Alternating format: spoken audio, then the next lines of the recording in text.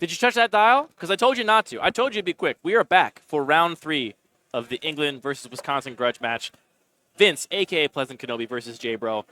Jimmy, all I care about, who are you rooting for? Who do you want to see win? I don't need any speculation about who's going to win the green-black mid-range versus the white-black aggro matchup, but who do you want? Who does your heart want? Okay, so this is really hard because I like both of them so much. They're both amazing, and they're the both classic two-kind problem. Two-kind. Got to pick. I don't know. Well, time's up. We're going to the game. We're going to find out who's going to win here. Now, we have a piece of information here that you might not see on the camera, which is that J-Bro, I believe, is companioning Luris. So turn 0 going to reveal Luris from the sideboard. Luris, by my estimation, the single best card in this cube. The curve is low enough that you can always companion it. Having access to that 8th card really matters. You get to play a bunch of cheap removal, a bunch of cheap 1-for-1s, and know that you have that late game card advantage engine. Turn 1 Duress from Vince here, revealing Dark Confidant, Iganjo Seed of the Empire, Heartless Act, Fairy Guide Mother, Prismatic Vista, and Mishra's Factory. Duress can only take Heartless Act. The judges will shortly tell him that Fairy Guide Mother is actually just a creature card in hand. It says non-creature card, unfortunately, so we're just going to get that Heartless Act out of the way. Now, as the green-black mid-range deck, I think you're very happy with this trade. I think there's a lot of decks that wouldn't want to duress a removal spell here if you're more of a controlling deck, but Vince is going to have creatures. Vince is going to be playing this game by putting blockers in front of J-Bro's creatures, hoping to have bigger ones, and duressing that removal spell seems fine. Though Vince really seems convinced he should be able to duress that Fairy Guide Mother. He's like, come on, let me take this. Why can't I take this card? J-Bro mercifully playing face up. Now, this is somebody we love to have on coverage. Thank you for leaving those cards face up for us, J-Bro. Iganjo Seed of the Empire coming into play. That's the channel land from Neon Dynasty. Just going to use it as a plains here. Pretty cool to have a plains that's strict upside. And Fairy Guide Mother. I get a lot of flack, Jamie, for the inclusion of Fairy Guide Mother in my cube. People think it's not good enough. Thank you. Yeah. Thank you. Because the thing is, the 1/1 flyer for 1 gets a lot of flack, but here where it's really bad is in the late game. On turn 1, okay, well now, okay, hold on, timeout, I'm wrong. The 1/1 flyer for 1 looking really bad right now in the face of a 1/2 flyer Kitesdale Freebooter out of Vince. Though Vince also may be realizing, I'm not going to get anything from your hand because I just saw it with duress. Yeah, Vince, a little punt here. Is it, though? I mean, now he has a flyer. You do have a blocker. That's true. But I think you would likely have wanted to do anything else with your mana at that point rather than just play a 1/2 flyer for 2. Maybe he didn't have anything else. It's true. I think I detected a little bit of frustration on his face, a little bit of like, I wish I hadn't done that. But maybe not. Who knows? We'll see. Nurturing Peatland coming down for Vince. Dark Confidant deployed last turn by J-Bro. Bob Maher is literally in the building. I made the joke about Paula Virgil Rosa in the last match. But Bob Maher is actually here. Oh, boy. Liliana is going to be a huge breaker in this matchup. This is Liliana. Oh, my gosh. It's so late. It's not Liliana of the Veil. I'm going to scroll down here real quick just to remind myself of what my own cards in my own cube are. You don't know every single card name? I mean, I do when I'm well-rested, Jamie, but it's not always well-rested. That is, of course, Liliana the Last Hope. And that is going to uptick to kill X1 creatures. Anything with 1 toughness, Liliana is going to uptick to kill. J-Bro opting to deploy a Engineered Explosives on 3 here out of what we believe to be just an aggro deck. And on turn 3, you've got 3 different colors of mana to put Engineered Explosives on 3. That's your answer to Liliana, Last Hope. Now, Vince, if I were Vince here, oh my goodness gracious. Witherbloom Command on the Engineered Explosives before J-Bro can untap with the mana to activate. Witherbloom Command really putting in work here to getting rid of that answer, and I think going to potentially allow Liliana to run away with this game. The 1 toughness creatures in the face of a Planeswalker that upticks to kill them, and also threatens to ultimate relatively quickly into an emblem that there is simply no way that J-Bro can beat unless Vince is already at single-digit life total by the time that emblem comes down. So Liliana, the name of the game right now. Vince did miss his 4th land drop, so potentially light at the end of the tunnel. Stoneforge Mystic for J-Bro here. Immediately tapping other mana too. I guess just indicating I'm going to get this thing, I'm going to play it immediately. Is it going to be a Lion Sash? Oh, it's going to be an Umezawa's Jite for J-Bro. Now, the 2 toughness, oh, never mind, spoke too soon. The Stoneforge Mystic just got cast down. I was about to say, it's actually going to not die to the uptick from Liliana, the Last Hope, which is a nice bonus, but actually, in fact, it's just going to die to this removal spell, and we're going to get in for 1. You know what, Jamie, you're right. Whether intentional or not, that playing of the Kaizo Freebooter on turn 2 actually working out in Vince's favor right now, as these 3-drop Planeswalkers threaten to just run J-Bro over. He's sweating over there. Yeah. Everyone's favorite local politician is sweating under the lights here at CubeCon in Madison under the pressure of this green-black mid-range deck. I mean, 2 Planeswalkers. 2 Planeswalkers. J-Bro so desperately wants a counter on his GT that he is animating his Mishra's Factory with all of his mana, equipping the Umezawa's GT to the factory, swinging in just to get those 2 charge counters, which on this board, you can kill the freebooter, but that's not the best thing to do with that, man. The freebooter is just chipping in for 1. I mean, it's doing something, but it's not doing a whole lot. And also, here's the other thing. You kill that freebooter, then Liliana can actually downtick getting the freebooter back if Vince chooses to. And while that might not seem like the best choice when you can just keep upticking Liliana and threaten to ultimate, you don't want to give your opponents choices, even if they seem bad to you, because they have more information than you do. This is looking pretty rough for J-Bro. I think J-Bro is really up against the ropes here, and we might get to witness a sweep, at least of the streamed games for Team England here, which is stark contrast to last year, where Team Wisconsin actually 9-0'd the team draft against Wizards of the Coast last year. Did not drop a single game in all 3 rounds. I'm sorry. Yeah, they didn't drop a single match. They might have dropped games. I don't remember the details of the game count, but did not drop a match in all 3 rounds against the Team WotC last year. But this year, Team Wisconsin has its hands full. I think there's a rules clarification that's happening right now. We've paused with cast down for some reason in Vince's hand. I think we upticked our grist, and then there was a question that maybe a judge is clarifying right now.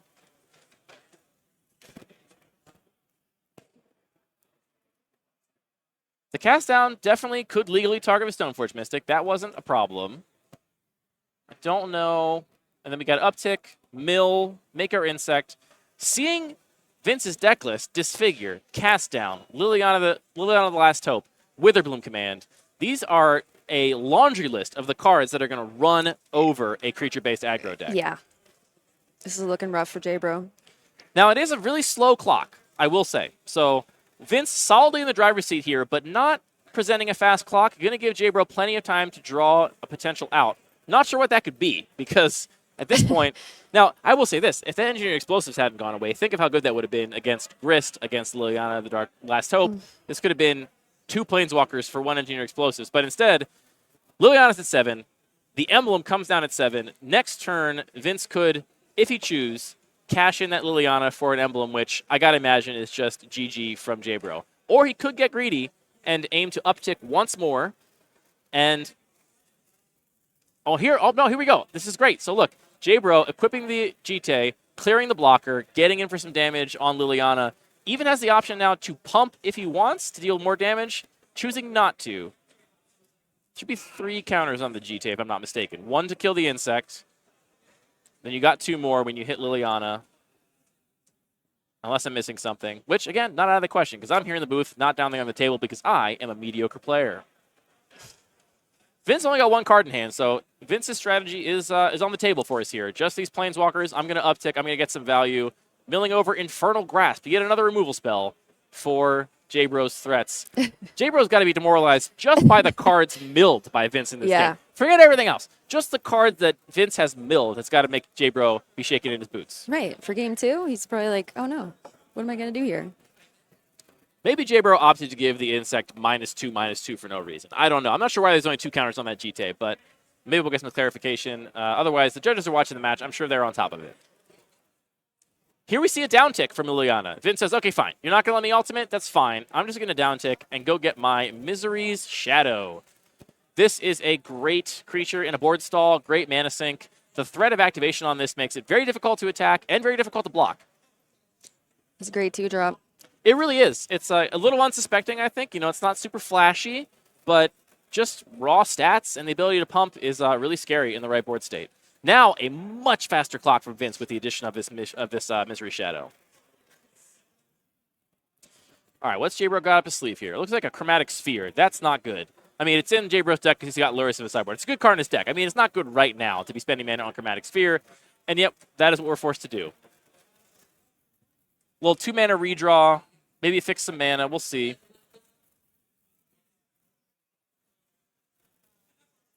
There is a little bit of a game of chicken that's being played here. J-Bro does have the option to hit instant speed, give the Misery Shadow -2/-2. But Vince, of course, also has the mana to pump at instant speed. So they're both at an impasse right now, and neither of them can blink first, right? Like, J-Bro can't afford to point those -1 counters at the Misery Shadow until Vince is tapped out. Oh, my... I thought he was playing aggro. What is going on? Damnation? I mean, it's not a blowout. It's not a blowout because Vince still has these 2 Planeswalkers, Right. but what the heck is Damnation doing in this deck? J-Bro J-Bro is actually really playing more like white-black mid-range or even potentially a like tempo control deck with that Lurrus if you're main decking Damnation and main decking Engineered Explosives. So really interesting card out of J-Bro there. Not what I expected at all. Honestly, the cards we're seeing out of J-Bro makes me wonder if he's even playing the Thalia because we've seen a lot of non-creatures. We've seen Chromatic Sphere. We've seen Damnation. We've seen Umezawa's Jite. These things are not necessarily going to work directly alongside a Thalia, so maybe that's in the deck, maybe not. Back to Vince. I do see a Mosswood Dread Knight in Vince's hand, which is a fantastic card for this deck, and I think is about to do some work right after we unearth our Misery Shadow. Oh, you got rid of that potentially huge threat? Let's just bring it right back. For 1 mana, that's fine. We see a great interaction here in Vince's deck, though. It's not going to show off this game, but Grist is a creature in the graveyard, so you can unearth Grist to get Grist back into play for 1 mana, which is not really what Unearth was designed to do. Let's just put it that way. It's a pretty powerful interaction that we may see Vince get to show off in a later game. J-Bro still really up against the wall here. Has been pulling out some tricks, has had tricks up his sleeve in the form of that Damnation, in the form of that Engineered Explosives, but they're not turning the corner. They're just delaying the inevitable so far. Right. I like that we've seen the downticks on Liliana the Last Hope out of Vince here. I think a lot of players are reticent to downtick that Planeswalker because the ultimate feels so close. Feels just out of reach at all times. But here it's just card advantage. You just draw a creature every turn, in addition to the card you're drawing for turn with Liliana, as long as you can be downticking.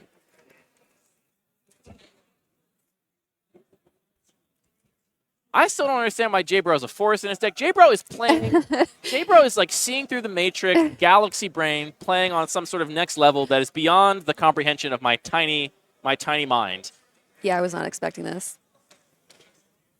Oh, I'm sorry. that? That adventure card was not a Mosswood Dread Knight. That was a Murderous Rider that is now going to be pointed directly at that animated Mishra's Factory. This was J-Bro's whole plan, was I'm going to animate this factory and attack.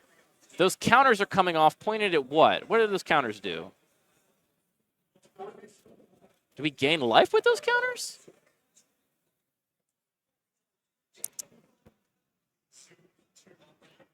Well, I'm trying my best to follow along here, folks, but I'm not doing a great job. Not sure why those counters came off of the Jite. It looks like in response to the attempt to equip, we saw the Murderous Rider take out that land. Oh, here's what happened.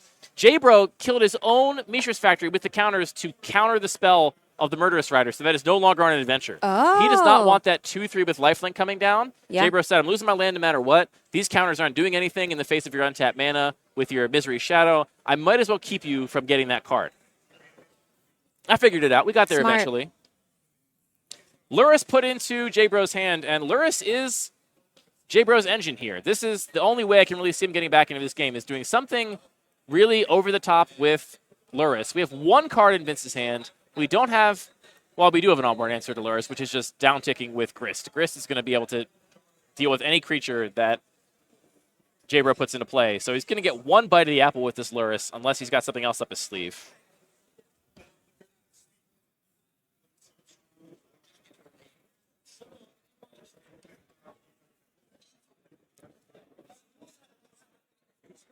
So the ult is like pretty scary at this point, or no? I'm not actually sure how much damage the ultimate does on Grist at this point. It's not a traditional ultimate in that it doesn't end the game immediately. It's kind of like a value ultimate. It's only down tick for 5. Vince has got quite a graveyard over there. I'm not sure what all it's doing. We're seeing a lot of cards get exiled here. Is this going to be like a... We saw Dom take the Hogak, so it's not Hogak. What is up? Oh, that's a Cling to Dust Oh. that Vince is casting, and then it looks like also escaping. Or maybe it was milled over with Grist and is now being escaped, or milled over with Liliana is now being escaped. That's a great repeatable source of card advantage in a match where you're not under any pressure, which Vince is not right now. Keep hitting those land drops, keep ticking these Planeswalkers up, and make J-Bro do something about it. And here comes the Misery Shadow, pumping once, twice, keeping 1 mana up just in case something weird happens. Send the Insect as well. So that should be a total of 5 damage, putting J-Bro down to 11. J-Bro not liking these draws, I don't think, or maybe really liking them. It's hard to read his body language, which is always over the top and really intense. I get a lot of people asking me if Umezawa's GT is too good in this cube because of all the creatures, and this sort of board state happens way more than people that have not played this cube expect. There's a lot of removal running around. Sometimes you just got your card sitting in play. This is your big bomb you spent a high pick on, and it just does nothing. You can't even get a creature to hold it for long enough to have it impact the game. I mean, just the onboard removal that Vince has. You play any X1, it dies on Liliana's uptick. You play anything else, it dies on Grist's downtick. You don't do anything, I'll just keep making insects and attack you with Misery Shadow. Pretty much no matter what you do, Vince is pretty happy at this point. Right, he could just kind of sit back. We see a mutagenic growth in J-Bro's hand. That does nothing right now. We do have enough mana to activate Cave with the Frost Dragon, but I'm not sure how that's going to do anything. Vince is still at 18. We're not going to be cheesing this game out with a few chips in with a flyer. It is of note that the creature lands are going to dodge that sorcery speed removal from both Planeswalkers. J-Bro really thinking about his options here. He's got a Lurrus. He's got something he can play out of the graveyard. Quite a few options to play out of the graveyard. Looks like maybe a Dark Confidant is going to be the choice. That at least means that Vince has to spend both of those onboard resources to get rid of both of the things he did with his turn, but still feels bad. He's still going to have both of his Planeswalkers left over, and J-Bro's going to be down 2 cards. He's given up. He said, I'm done with this. Let's maybe get a different draw next game. The green-black mid-range deck, J-Bro looks truly demoralized. I feel like I had a small part in the demoralization of J-Bro right now. I think that was a concessional fist bump. It's hard to tell, really. I mean, they haven't actually shuffled up yet. Was it just you did a good job fist bump, but I'm not conceding?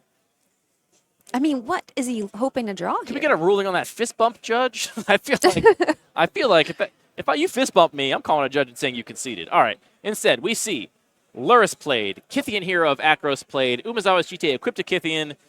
All right, well, time to just use my onboard Planeswalker removal and just get rid of your threats and do my thing.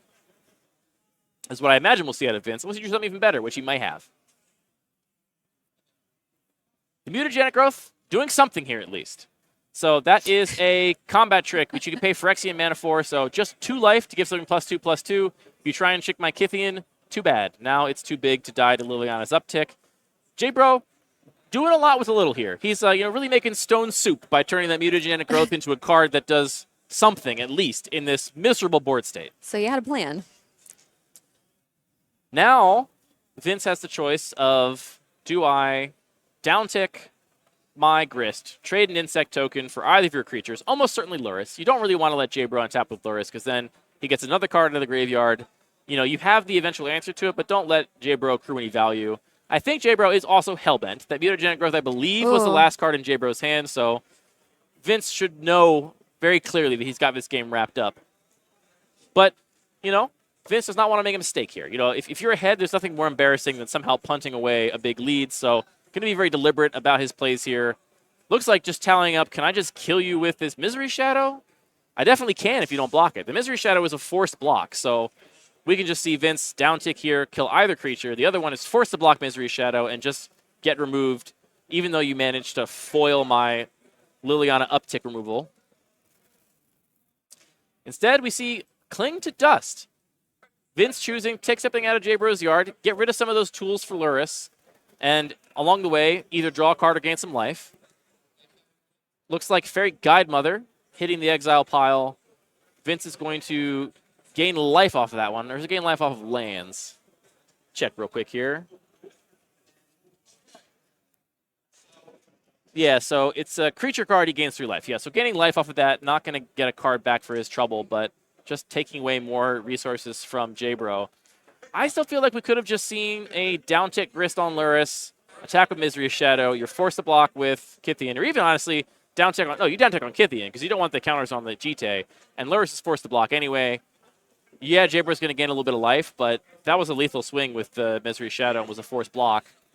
But Vince taking a different line here, choosing to get some value with that Cling to Dust and give himself some more options. Jabro cheering nonetheless. You know Jabro is a happy man when you're cheering under this incredible board state where you're essentially locked out. He must be cheering, I imagine, because a teammate just won a game. That's what I imagine Jabro must be cheering for. We see the Grist down tick killing Luris. I would have done this the other way around personally because I don't want those 2 counters on the GT. Here, the block is still forced, but Jabro's going to get the counters out of it, which is not ideal. Vince saying actually maybe no. I think Vince might have thought that the Kythian had 0 power, but because of the mutagenic growth on top of the 2-1 power, that Kythian does still have power in combat and is in fact going to get counters on the GT when it goes to Jesus.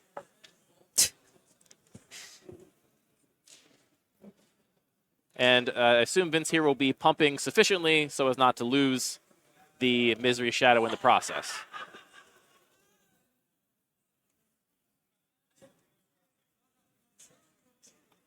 I tell you, our players are moving cards around between zones in ways to try and confuse us here in the booth. It's a test, but I'm not going to be confused, darn it. I saw what happened.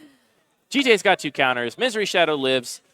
And I believe, yeah, Vince still has enough mana to protect the Misery Shadow from potential downticks on the GT, but I do think a little bit of equity given up here on letting Jabro... Oh, Jabro is furious at this draw. I believe it was a land when Jabro wanted anything but a land. And this is just game... I guess it's not game because you still can animate the Cave of the Frost Dragon and chump block into the Misery Shadow yet another turn. Instead, it looks like Jabro opting to animate Cave and just get rid of Liliana. But now doesn't he die to Misery Shadow? I believe so. He's got a little life gain on the GT, but I got to see how much mana. You've got some life on the GT. 1, 2, 3, 4, 5, 6, 7, 8 lands on this. So it's a 10-10 Misery Shadow. So not actually dead on board. The life gain on those GT counters. Vince actually gave up a whole turn here by choosing the wrong creature to downtick on that Grist with. Again, unless I'm missing something. Caveat to everything I say. Maybe I'm wrong, but So he's hanging on here. I mean, Jabro continues to somehow pull a little very sickly rabbit out of a hat that allows him to survive another turn under the onslaught from Vince's green-black mid-range deck here. He may be out of sickly rabbits, though, very shortly. So he's top decking, right? Yeah, Jabro's been top decking for a hot second now, and somehow has still managed to make things work. Yeah, as a reminder for those at home, those counters on the GTA each represent 2 life. So Jabro effectively at 13 right now. The Misery Shadow can attack as a 10-10 plus the 1 insect. So we could put Jabro effectively to 2. But if he taps out, maybe he can get removal for it. That's true. It's actually true. You can't tap out in the face of the counters. This is the game of chicken, right? So Vince has to attack here. And if he tries to tap out to make this lethal, then Jabro can either try and remove the Shadow in response, though if Vince is smart, he'll do it one at a time. Say, activate, pass priority. Activate again, pass priority. Don't do it all at once. I think it's what he's doing. It's hard to say. We can't hear our players. Vince really does not want to mess this up. I can sympathize. Being on stream, being on coverage is very stressful. Jabro is a seasoned pro. He knows how to play. He knows his way around these cubes, knows his way around a wide aggro deck. Though, again, are we playing an aggro deck here? No. We had Damnation. What are we doing with Damnation in an aggro deck? There's a chance. Well, and how many colors is he playing? What's that forest for? That's a really darn good question, Jamie. What the heck is that forest for? Jabro continues to draw lands off the top. He's still not giving up. We're still going to animate this Cave of the Frost Dragon. We're still going to equip the GTA to the cave. We're going to swing. We're going to hit Grist. We're going to get more counters on our GTA, which represents more potential life gain. Well, but now... I do think he's just dead on board now, though. Yeah. Because now he can gain potentially, if this hit happens, if Vince has no interaction, he's got 4 counters now. He can gain 8 life, go to 11, but Vince has more than 11 power in play with that mana and the Misery Shadow. So this is over now. Jabro played his land, so this game is just wrapped up. Vince need only attack, right? Because you pump, pump, pump, pump, and if he ever tries to make it smaller, then you pass priority every time. He can't afford to make it smaller. He's got to gain the life, and the life gain is not enough. Vince shopping around for that Cling to Dust still. We might see a Cling to Dust escaped 3 times in this game. Again, a testament to how fast graveyards can get filled up in this cube.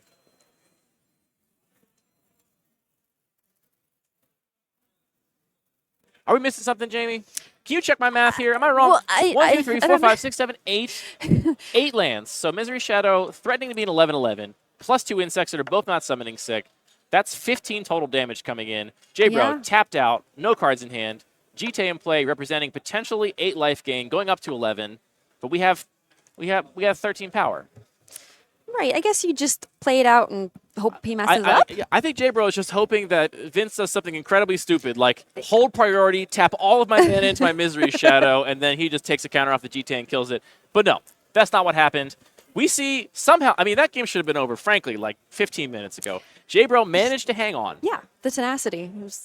That's exactly the word for it. That's a great way to put it. J-Bro had the tenacity to hold on. We saw a Damnation out of a supposed white-black aggro deck. We saw an Engineered Explosives, which is a card I'm always saying is underrated in this cube. The curve is so low here that you can oftentimes turn that Engineered Explosives into a one-sided board wipe of sorts. There we saw it being used as a sort of Swiss Army knife answer to a Planeswalker. I think you have the most important question of this match. What's that force doing in there? Yeah, what? I don't know. J-Bro, what's that force doing in there? We're going to find out. What could that force possibly be? So, we don't have any other results yet. So, as far as we know, the score still, we know that England has at least 3 wins. So, they need 2 more, and Vince is fighting for one of them right now. We know Wisconsin has at least 2 wins, and obviously there's some other results that have come in that we don't have yet in the booth here. So, the outcome is still to be determined. I think this is a really good showcase of what a good green-black mid-range deck could look like. Have you ever heard the sort of slander that green-black gets in Cube? No. Some people are like, oh, all the new players that draft Cube for the first time, they just draft green creatures and black removal spells and think they're going to have a good deck, and that's never any good. I've never heard that. Is that real? I'm glad you're in better social media circles than I am, because I've heard this over the years, and I think Vince is really showing off how this deck can work. And the way I really like it working is when your threats and answers are way cheaper. I don't love the green-black mid-range deck that's playing a bunch of 4 and 5 drops and a bunch of Doom Blades, but hey, if you're playing a bunch of cast downs and 2 drops that can get your opponent dead, like Misery Shadow, like we saw Blood Sky Berserker in the graveyard there. It was in play for 1 turn, then something happened to it. I'm not sure what. Blood Sky Berserker, a threat that can really scale and get huge.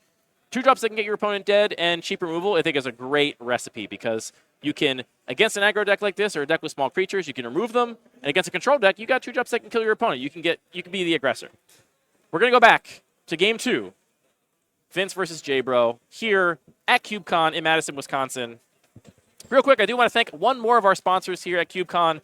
We have Card Castle as a sponsor for CubeCon, the exclusive sponsor, in fact, for CubeCon University, and it's the premier collection management platform. Boy, it's been a long day for Magic players and collectors. This allows you to catalog your collection, wield it at your fingertips on your smartphone. It had a completely accessible digital catalog, so you know what you got. You don't have to buy those singles anymore that you know are rotting away in some box somewhere. You can keep it all carefully categorized. It's great for things like, if you want to have special insurance for your collection too, having a collection manager like this that keeps the list is very important. Check out Card Castle, and we're going to get back to the action here. Here we see a Bitter Blossom from J-Bro. That's going to really change the texture of this game. A Kite Sail freebooter out of Vince does have a hit this time. J-Bro left with a very land-heavy hand. Plains, Swamp, and Blood Chief's Thirst had a couple removal spells. So, no matter what, that Kite Sail freebooter is going to be removed, whether you take the Fatal Push or the Blood Chief's Thirst. I think some players think that it's bad when they get to remove your Kite Sail freebooter, but the reality is you just forced J-Bro to use a removal spell, maybe where you didn't want to, and you played a 2-drop that he had to answer because it also temporarily locked down another removal spell. So I think sometimes just making your opponent remove that thing is quite good. Right. Blood Sky Berserker out of Vince. Is he going to pass or play a second spell? Do a second spell, Vince. You're supposed to do a second spell now. Tap that mana. Come on. No, just passing the turn. What a shame. Blood Sky Berserker's good name impugned yet again. So, Every turn, J-Bro is losing a life and putting a 1/1 flying fairy into play. What a deal. It is a great deal. You know, I think a new Magic player might be like, life loss. Why would I want to do that? But you just gotta do the math on the Bitter Blossom. That'll kill your opponent unanswered in 6 or 7 turns. It's well worth 7 life to kill your opponent in 6 or 7 turns. And even if you're not killing your opponent, you get chump blockers for days. You know, turn every attacker into 1 damage essentially. The 1 life you paid for that fairy. It does everything. For 2 mana. Ooh, Liliana, a pretty darn good answer to Bitter Blossom. Liliana, the last hope, really just snuffing out J-Bro's last hope, perhaps. This is a very polarizing card in these kinds of matchups. Now, that Bitter Blossom is effectively producing no fairies a turn, while that Planeswalker's upticking, and J-Bro is still losing that life. Now, this is still, like, even in this situation, Bitter Blossom is still pretty good, because it is essentially tying up that uptick on Liliana, which either means that J-Bro is going to start accruing fairies, because Vince has to point that uptick at another creature, or his other X1s are going to be safe as Liliana continues to be on clean up the fairies duty. So, however, the I-turn, I missed this creature land in play for J-Bro. That's a clean answer right there to the Liliana. So, yeah, that was clean. That was great. The creature land sneaking by there. Not sure if Vince missed it as well, or just didn't see that potential answer for the Blood Sky Berserker, was counting on that being a blocker. But now we have that. That does also exile a thing from a graveyard on attack, which J-Bro is now reading. It's got Menace, so even if Blood Sky Berserker had stuck around, it wouldn't have been able to block. Solo.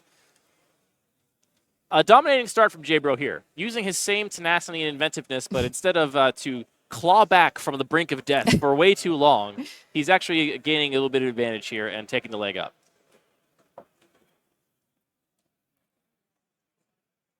Yeah, Bitter Blossom is just so brutal. I mean, a threat every turn. It's one of my favorite cards to play with, and honestly against. I think it's this awesome play pattern where it's like the game is on a clock now, and you get this huge advantage, but you've also kind of signed a deal with the devil. It's like a tension, yeah. Dying to your own Bitter Blossom is, in my opinion, one of the noblest ways to die in a game of Magic. Right under dying to your own Dark Confidant, which J-Bro also has in his deck. I also like milling yourself. I think that's pretty fun. Nice. I see you're a fellow sicko. All right, 2 fairies coming in the air. Vince, no blockers in the air. Maybe a removal spell? No, we're just going to take that damage. What did J-Bro tap his mana for? I just don't know. Yep, I don't know. I'm confused. Anyway, Misery Shadow coming in. Now, these fairies are not going to raise the Misery Shadow unless they're chump blocking. To bring Luris in. Luris into his hand. Thank you. Thank you, production. That is very helpful. Luris came into J-Bro's hand from the sideboard. That is what that 3 mana is. Now, should J-Bro choose not to chump block with fairies here, this Misery Shadow is absolutely going to outrace him, but he's got that go for the throat in his hand. So, yeah, sure, dump mana into that Misery Shadow. I dare you. J-Bro with a pretty commanding lead right now. Vince down to 3 cards in hand. J-Bro's got 4. One of them's Luris. He's got a Bitter Blossom upticking, well, not upticking, Bitter Blossom ticking away unanswered. Vince is going to need something good. We've already seen Liliana, perhaps Vince's best card in this whole matchup, get cleanly answered. Here we're getting a Scrabbling Claws, which you got to respond to the casting of Scrabbling Claws. J-Bro does get 1 free bite at the apple there before Vince gets priority to Murderous Rider, the Swift End rather, the Luris. That's going to cost Vince a little bit of life, though. This 2/3 lifelink could be, let's call it a thorn in J-Bro's side. I don't think it's going to turn the tide of this game single-handedly, but that life gain really reduces your turn clock on your Bitter Blossom fairies. So, could be annoying for J-Bro and might demand some sort of answer. He has like 3 cards in hand? I think we got 3 cards in hand for Vince.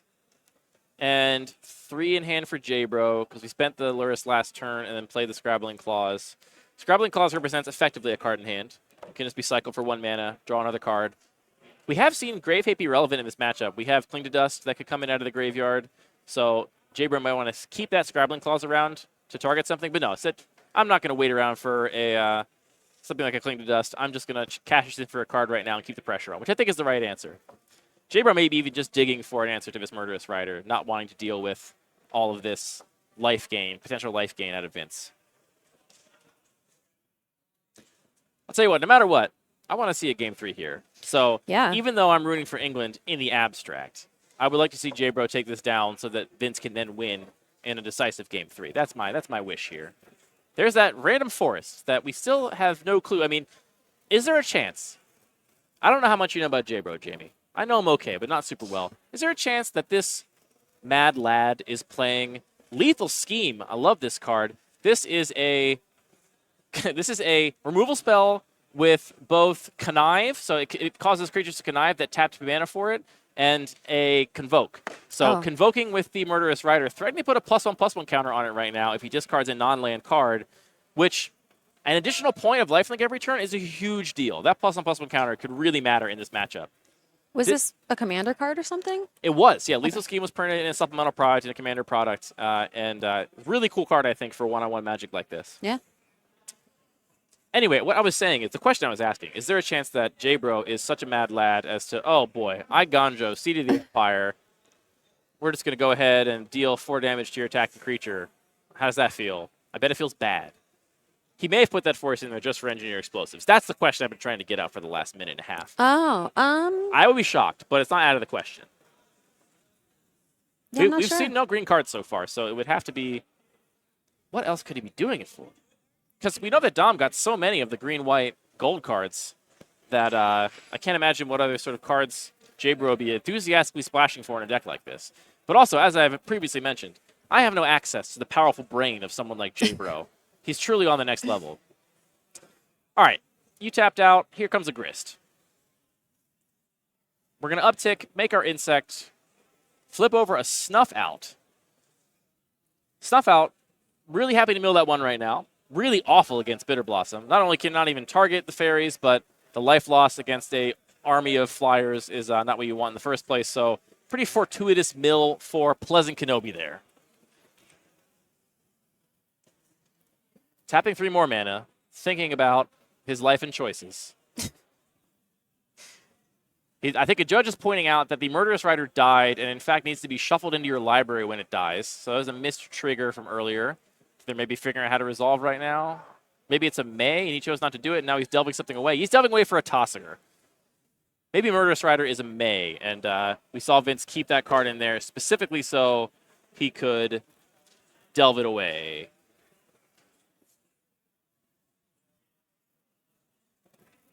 I don't think it is a May. It goes to the bottom of your library when it dies. Maybe just a missed trigger that the judging staff determined was missed and therefore should remain missed. I'm not sure. I'm definitely not a judge. Now, Tossinger, a 4/5 in this board state, that does matter. Is that the banana guy?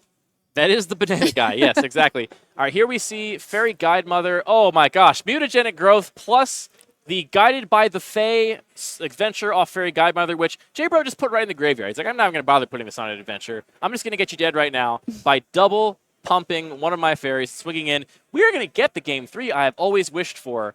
All of these matches have gone to Game 3, right? Yeah. Fantastic. Some really good magic here. So, as a reminder, for everybody that just tuned in, we are finishing up the team draft of the Bun Magic Cube here at CubeCon in Madison, Wisconsin. We've got Vince, a.k.a. Pleasant Kenobi, going up against J-Bro, the Cube Father himself, in the last round here. We don't know the full results. The full results have not made their way to the booth yet. I haven't gotten word from my little gremlins, but we know there are 3 wins on the board for England, 2 wins on the board for Wisconsin. It's going to come down to the wire.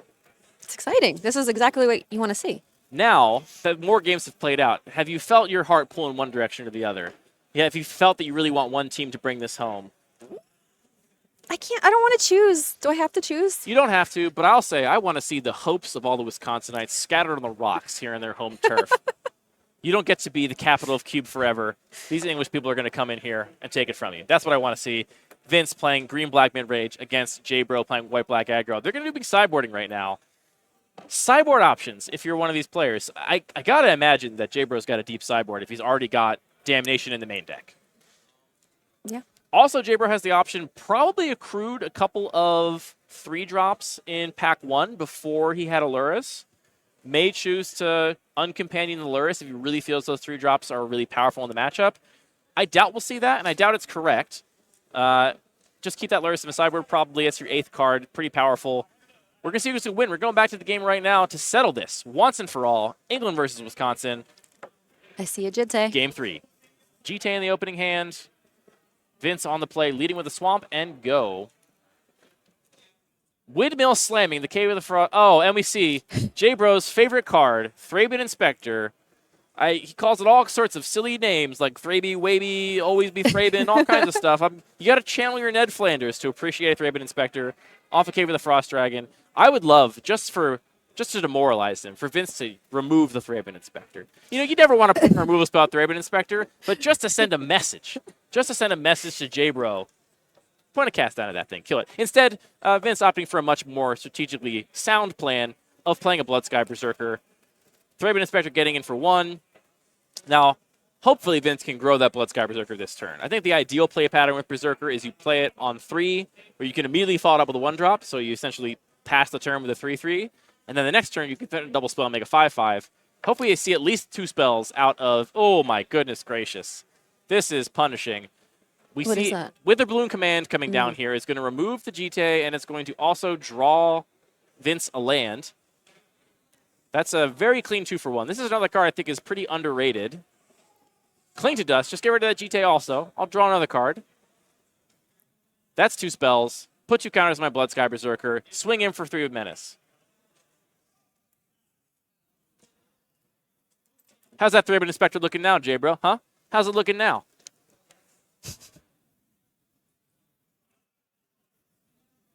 Well, I guess you send that Thraben Inspector on what I like to call the walk of shame, where you're like, well, you're not doing anything on defense, so I guess I'll let you attack, even though you're also not doing anything on offense. So that's like J-Bro's pet card. Do you have a pet card in this cube?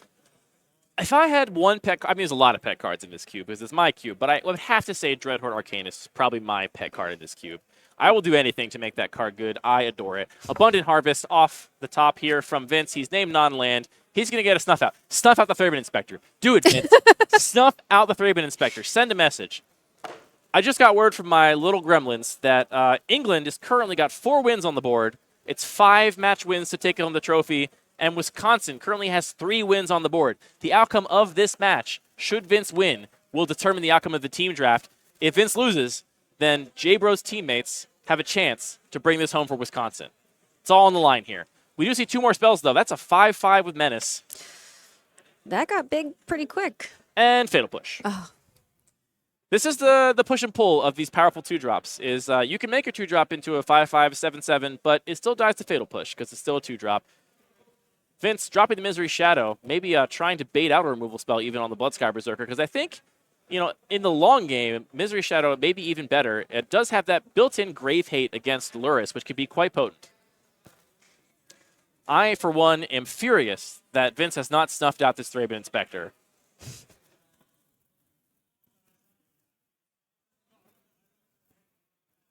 J-Bro in the tank here has answered the biggest threat from Vince, that Bloodsky Berserker, though I don't think it can be overstated how big that Witherbloom command was. Removing a very key card from J-Bro's deck and drawing a card all for 2 mana. Yeah. That was a huge swing that is kind of an invisible swing, right? Like, it doesn't read on board like a huge swing, but that kind of 2-for-1 is exactly how you win a game against a deck like this. J-Bro playing a swamp, tapping in for a black mana. Here's a Scrabbling Clause. Going to put an end to any graveyard nonsense. Let's get rid of that Cling to Dust, perhaps, before you can escape it. No, just going to let him keep it for now. Vince clarifying that if you just tap the Scrabbling Clause, then Vince gets to choose the card that is exiled from his graveyard, not J-Bro. Or J-Bro could pay 1 and sack it to take a card of his choice and draw a card. Okay, now I genuinely think there's an argument to snuff outing the Thraben Inspector. Because it's just a chump blocker now for your Misery Shadow, which could just end this game very quickly if it goes unchecked. For all he loves Thraben Inspector, just going to throw it under the bus. For shame, J-Bro. He's got an eyebrow up that says I might have mutagenic growth. He's gonna soul partition his own Thraben Inspector. What is that? This man loves Thraben Inspector. Soul partition, 2 mana. Oh, in response, we are removing it. We are removing it. Now, he did cast that into a known snuff out, right? That snuff out was face-up information. Anyway, J-Bro going for it all with that Soul Partition. That would have allowed him to cast his own Threadbane Inspector from exile, making another treasure token. I'm sorry, another clue token, rather, which is exactly how J-Bro wants to win a game of Magic, casting multiple Threadbane Inspectors. But perhaps his love for the card has blinded him into this blunder of just letting this happen to him.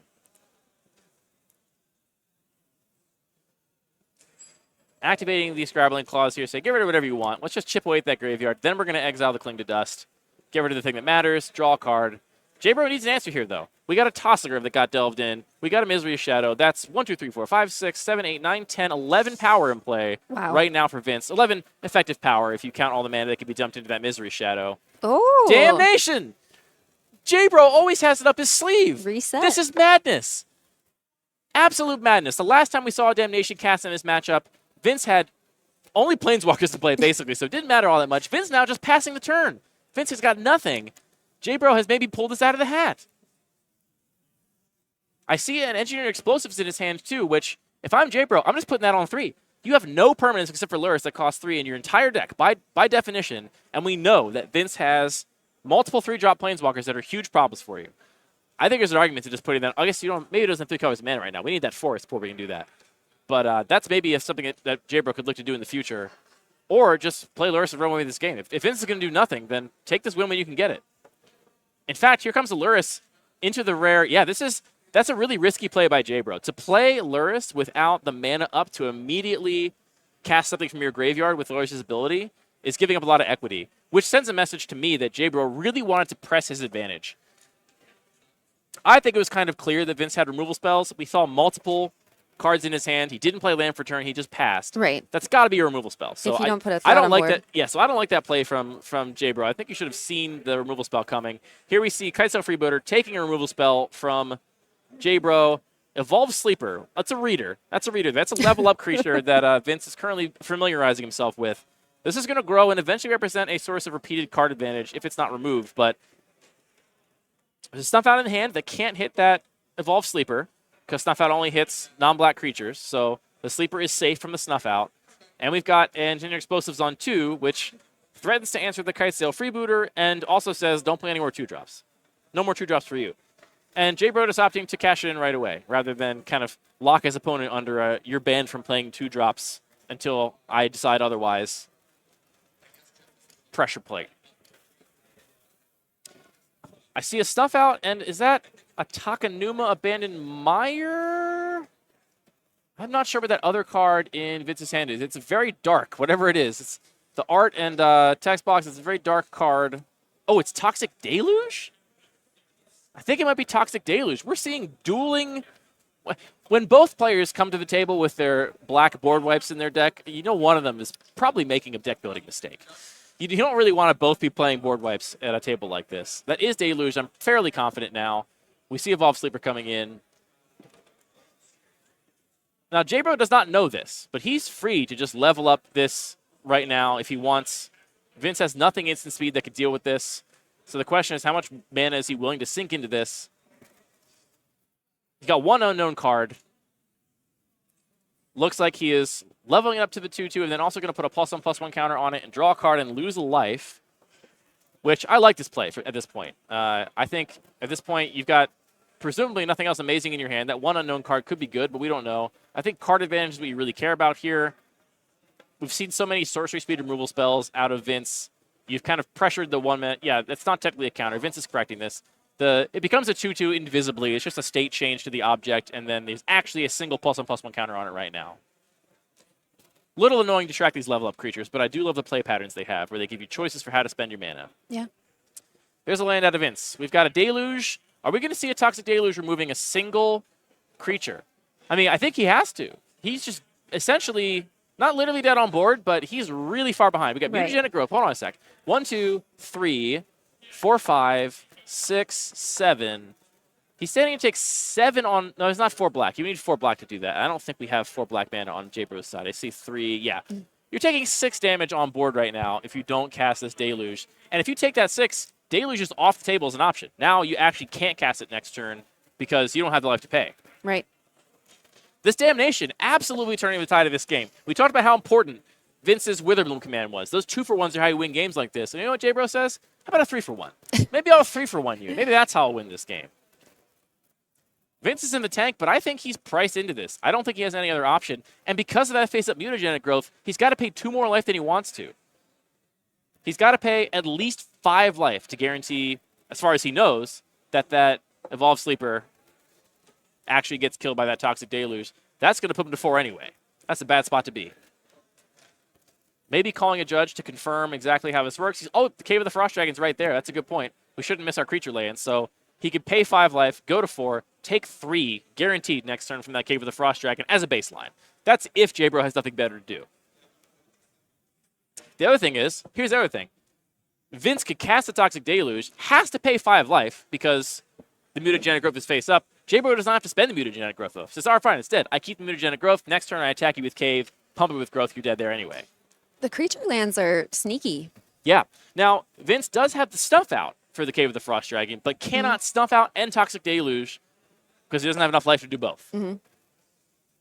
Or enough mana to do both. You can only you can use the mana mode on Snuff Out, which I think what we're going to see here is I think Vince was really hoping that J-Bro was going to go for the lethal swing with the Cave of the Frost Dragon and the Evolved Sleeper, and then he would get to spend 4 mana on the Snuff Out. And that doesn't target black creatures, Vince. This is going to be a very bad day for you. Oh, dear. This is a moment of reckoning for me as a cube designer. I really actually don't like the play patterns of non-black creature removal spells, but I just love Snuff Out so much. I've allowed it in for so long. That's a pet card of mine that I actually don't like the design of it. Here's why I don't like it. Because this is a situation where the color of that creature just happens to have changed the tide of this game dramatically. Vince looks defeated. I don't feel good right now as the cube designer, I gotta say. He's unhappy. There's words being exchanged at the table. J-Bro's got a gleeful look of gloating on his face. But let's not forget, even if Vince falls right here, his team could still win. The individual outcomes do not matter. This is a team draft. Vince, you may fall, but your teammates may carry you to victory. All you need is one more win from either Emma or Dom in round 3. At 4 life, how did... Oh, it took a hit from the Evolved Sleeper. Okay, so we didn't animate the thing. We just took it from the Evolved Sleeper. We're playing Bitter Blossom, so that's going to be it. Doesn't have the life to pay into the Toxic Deluge at this point. Dead on board, unless J-Bro, I guess, is afraid of something and makes a terrible mistake.